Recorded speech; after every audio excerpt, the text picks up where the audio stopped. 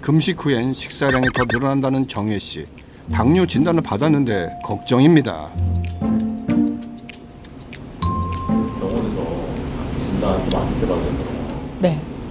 이렇게 드셔도 돼요? 괜찮아요? 에이, 인생 뭐 있어요? 먹고 싶은 거 먹고 살아야지. 그래도 내 좋아하는 음식 먹는 게 더 즐겁잖아요. 오. 음식을 줄여야 한다는 걸 알고 있지만 폭식으로 이미 늘어난 위는 점점 더 많은 음식을 원하고 있습니다. 공복을 잠시도 참기 힘들어졌습니다. 되게 맛있게 먹더라고요. 그래서 못 참겠어 먹어요. 어느새 습관으로 굳어진 폭식. 다이어트도 시도해봤지만 번번이 실패했습니다. 위가 늘어나시는 만큼 최대한까지 늘어난 다음부터는 토할 것 같고 불편하니까 먹는 걸 그만두게 되죠. 그렇기 때문에 폭식하게 될 때는 앞에 나와 있는 음식을 다 먹거나 아니면 토하기 직전까지 먹게 되는 겁니다. 그러니 당연히 많은 양의 음식을 먹게 되고 그런 게 습관화되면 비만으로 이어지는 겁니다. 위가 과도하게 늘어나면 결국 위소매 절제술로 위를 절제해 폭식을 제어해야 합니다. 비만 환자의 최후 치료법. 비만 대사 수술을 받는 환자들이 매년 꾸준히 증가하고 있습니다. 살을 오랫동안 방치한 대가는 가혹합니다.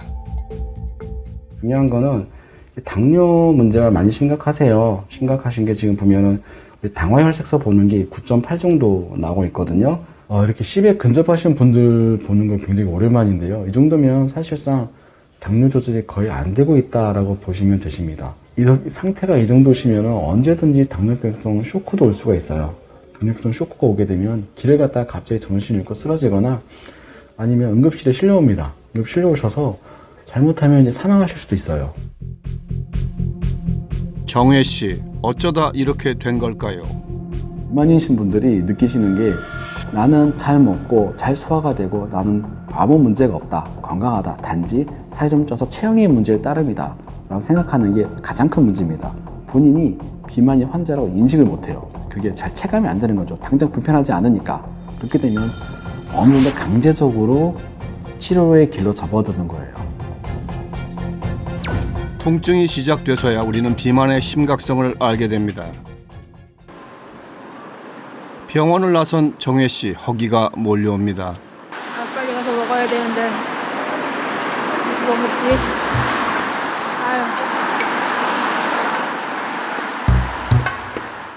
검사 때문에 금식을 한 탓에 배고픔이 더 크게 느껴집니다.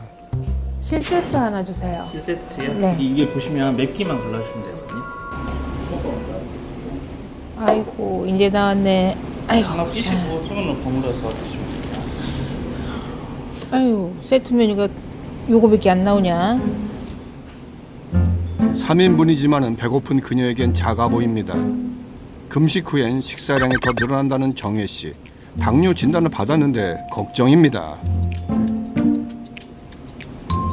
병원에서 진단 좀 안 해봐도 네. 이렇게 드셔도 돼요? 괜찮아요? 에이, 인생 뭐 있어요? 먹고 싶은 거 먹고 살아야지. 그래도 내 좋아하는 음식 먹는 게 더 즐겁잖아요. 빼기 힘든 뱃살, 당장은 회피하고 싶은 마음뿐입니다. 살 것 같다. 오늘도 폭식을 하고 말았습니다. 집에 돌아온 정혜 씨. 그녀가 제일 먼저 찾는 건 소파. 언제부터 식사 후 눕는 게 일상이 됐습니다. 뭐 습관적으로 편한 게 좋잖아요.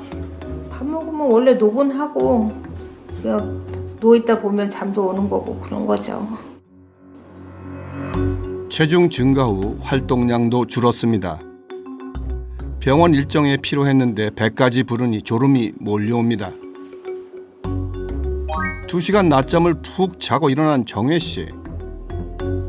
평소 먹방을 즐겨보는데요. 맛있게 먹는 걸 보니 괜히 식욕이 당깁니다. 되게 맛있게 먹는다.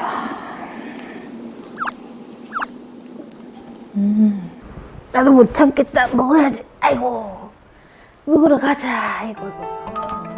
결국 먹방에 유혹당했습니다. 폭식을 하다 보니 식사 시간도 대중 없어졌습니다. 아이고 맛있겠다. 아휴 이러니까 살찌지 젠장. 요건 못 참지. 오. 음식을 줄여야 한다는 걸 알고 있지만 폭식으로 이미 늘어난 위는 점점 더 많은 음식을 원하고 있습니다. 공복을 잠시도 참기 힘들어졌습니다. 되게 맛있게 먹더라고요. 그래서 못 참겠어 먹어요. 배는 안 불러요? 아니요, 별로 배부른 거 모르겠는데요. 그리고 뭐 항상 이렇게 먹다 보니까 습관적으로 먹다 보니까 안 먹으면 허전한 쪽이기도 하고요. 어느새 습관으로 굳어진 폭식. 다이어트도 시도해봤지만 번번이 실패했습니다. 고구마 다이어트 해가지고 한 3kg 뺐는데 요요 와가지고 오히려 5kg가 찌더라고요. 가지가지 한다고 고기 다이어트 한다고 고기 먹었는데 그거는 비만이 더 잘 되더라고요. 그걸 해갖고 막 8kg가 쪄가지고 포기. 이미 합병증도 여러 개입니다. 혈압, 당뇨, 또 고지혈증 약 그렇게 먹어요. 비만 때문에 이런 병이 생기니까 살 좀 빼라고 하는데 저 원래부터 비만 좀 있어가지고 다이어트 잘 안 되고 초등학교 때부터 저희가 말죽거리라고 산등성이에서부터 학교를 가야 돼서 그때부터 많이 먹었거든요. 고등학교 때는 130kg까지 나갔어요. 왕따도 당했죠. 제가 먹는 거 보기 싫다고 친구들이 도시락 같은 거, 수저 같은 거 뺏어가지고 화장실에 던져놓은 데도 있고 그런 식으로 많이 괴롭힘을 당했죠. 진짜 대인기피증이라고 그러나요? 여자애들은 괜찮은데 남자애들만 보면 막 도망가고 돌아간다 그러잖아요. 내가 잘못한 것도 없고 요만한 애인데도 남자애다 그러면 이렇게 아버지도 당뇨 때문에 그 조절을 못 하시고 돌아가신 거죠. 부모님들도 다 비만이시고 엄마도 한 100kg 넘으셨었고 아버지도 150kg 넘으셨고 해서 비만과 당뇨로 고생했던 부모님. 그 고통을 잘 알고 있기에 정혜 씨만은 피하고 싶었지만은 결국 비만이 불러온 당뇨로 치아까지 부식됐습니다. 이럼에도 그녀가 폭식을 끊지 못하는 이유는 단 하나. 배고프니까. 그러니까 많이 먹다 보니까 그 먹은 양이 일정하잖아요. 좀 많이 과다하게 먹는다라는 게 일정한데 이제 그걸 못 먹게 되면 스트레스를 많이 받고 이래저래 스트레스를 가중되면 짜증도 나고 그러니까 차라리 먹으라고 그러죠. 공복감을 느끼면 예민해지는 정혜 씨. 괜찮은 걸까요? 이게 보통 사람은 결국은 살려면 어떤 행복하기 위해서 사는 거잖아요. 사람이 이제 행복감을 느낄 때는요, 우리 머릿속에서 여러 가지 호르몬들이 분비가 되죠. 대표적인 게 도파민 호르몬, 또 한 가지는 세로토닌 호르몬이 분비가 됩니다. 세로토닌은 우리가 좋아하는 사람과 사랑하는 사람과 같이 손을 잡고 길을 걸을 때, 그럴 때 느낀 행복감일 때 느껴진 게 세로토닌 같은 효과라면은요, 도파민은 좀 더 즐거운 효과입니다. 예를 들어 내가 어떤 좋은 일이 생겼을 때, 그리고 맛있는 걸 먹었을 때, 그럴 때 나타나는 이제 행복 호르몬이 도파민입니다. 이 도파민은 쉽게 올라가고 이거에 중독되게 되면은 예전과 같은 동일한 용량의 도파민으로는 행복감을 느끼기가 어렵습니다. 예를 들어 설탕 때문에 단 것을 느껴서 행복감을 느꼈을 때 그 도파민이 떨어진 다음에 다시 그걸 올려주려면 가장 쉽게 찾는 게 또 단 겁니다. 어떻게 보면은 뇌에서 느낀 행복 보상 체계가 비슷해요.